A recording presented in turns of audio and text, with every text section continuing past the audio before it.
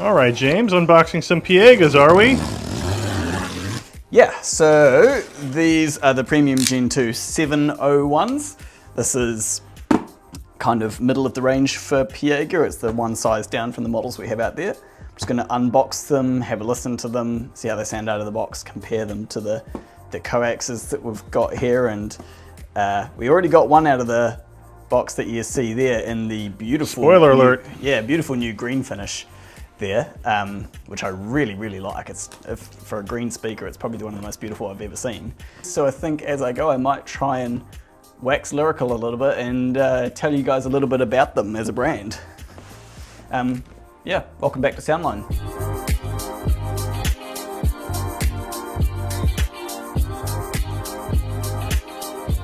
So, Piega is a little bit of a story with Piega for me in particular, because I'm quite excited about getting these in here to have a listen to. So when me and Terry went to Japan last year in October 2025 to the Tokyo Hi-Fi show, which was my first hi-fi show, Piega is one of the brands that had a room, and of all the brands there, apart from the ones that were just insanely expensive, this one really stood out to me, and I actually really, really liked the signature of the speakers.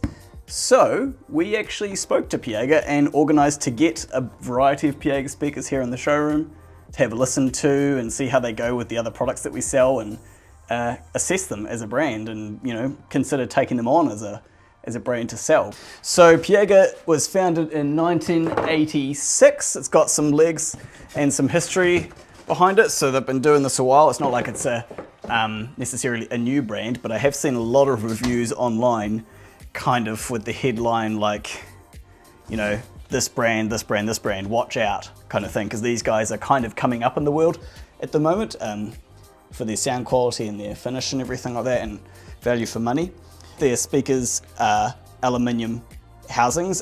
They are all in aluminium extrusion, so it's one seamless solid piece of aluminium the whole way along, one tube essentially, and then they've got a top and a bottom cap. The advantages with aluminium is it's really mechanically inert. You get very little cabinet noise or knock or whatever you want to call it. It's lightweight, easy to engineer to whatever shape you want, but there's a lot more to it than that. You can't just print a tube, whack a driver in it and make it sound good. There is internal bracing to consider. There's all sorts of crazy things that Piega do inside these speakers to make them sound good. All of their speakers are handmade, by the way. It's all hand assembled in Switzerland. I don't know if I said that at the beginning. It's a Swiss company. These two speakers are kind of a world apart in terms of sound and price and that sort of thing, but you can see that there is a DNA to both of them. They both look very similar. The key technology that Piega would say kind of got them to where they are today is the fact that they use, oh my God, ribbons for all of their tweeters, right? So there is the premium series ribbon tweeter, mid-range and bass drivers.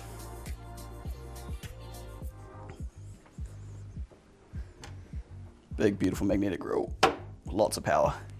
And then the Coax speaker, which series, has a much bigger one here, and that's because this is actually a two-way ribbon. So it gets its name Coax from the fact that the mid-range is surrounding the treble or the tweeter.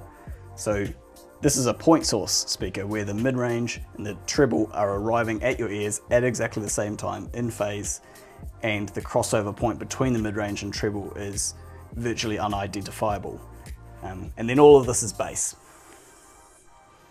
The premiums all come in this kind of, I think it's called bead blasted finish, which is like a metallic sort of, it's not paint, but it's like a metallic colored finish that you would see kind of under the clear coat of a car sort of thing, like a metallic, I don't know how to describe it, but it's a metallic finish. The Coax range is all anodized brushed, so you get this beautiful grain of the aluminium, regardless of whether it's black, silver, or red or blue or gold or whatever you want to do.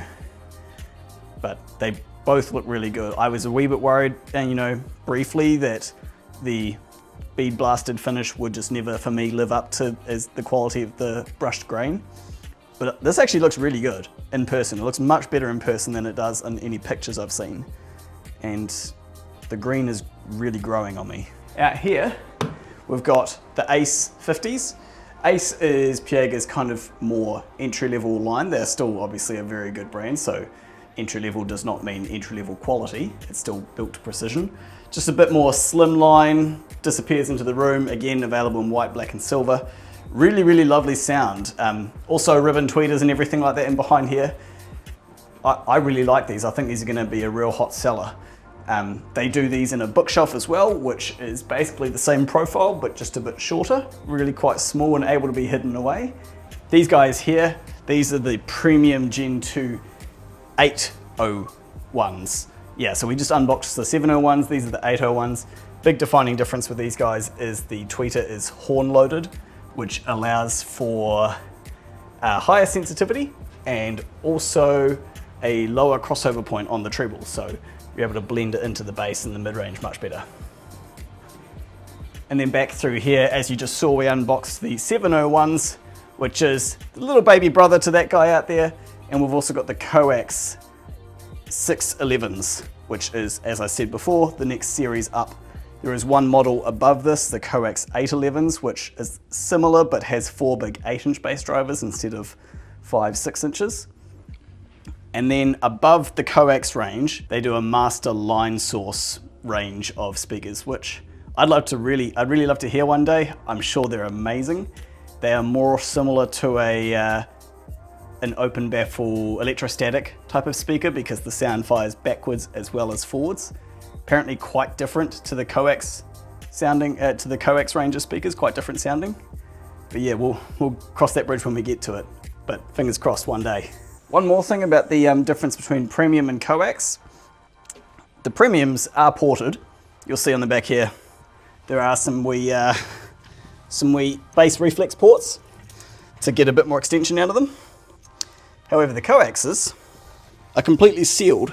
In hi-fi speakers these days, sealed is a bit more uncommon, but usually a good thing. I like the sound of sealed cabinets. They have a really even bass roll off and really well controlled bass. Usually the reason you see ports or venting on a cabinet is to try and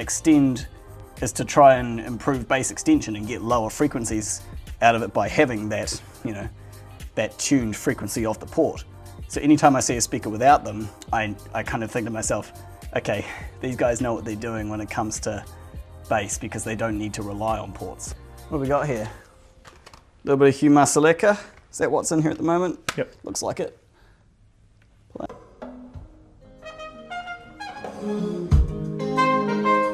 Good bass.